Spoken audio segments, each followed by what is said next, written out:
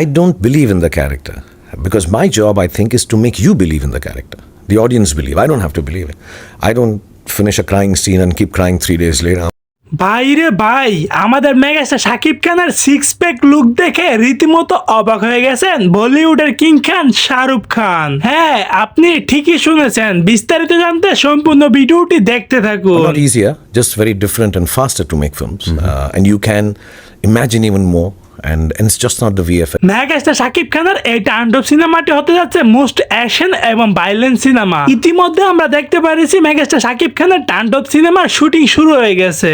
এখন তো চারদিকে গুঞ্জন উঠেছে মেগাস্টার শাকিব খানের পাশে ফিমেল অ্যাকশন রোলে থাকতেছেন উপর বাংলার জনপ্রিয় অভিনেত্রী কোয়েল মল্লিক। এবার আসি মেগাস্টার শাকিব খানের এই সিক্স প্যাক লুকের পিকটা নিয়ে।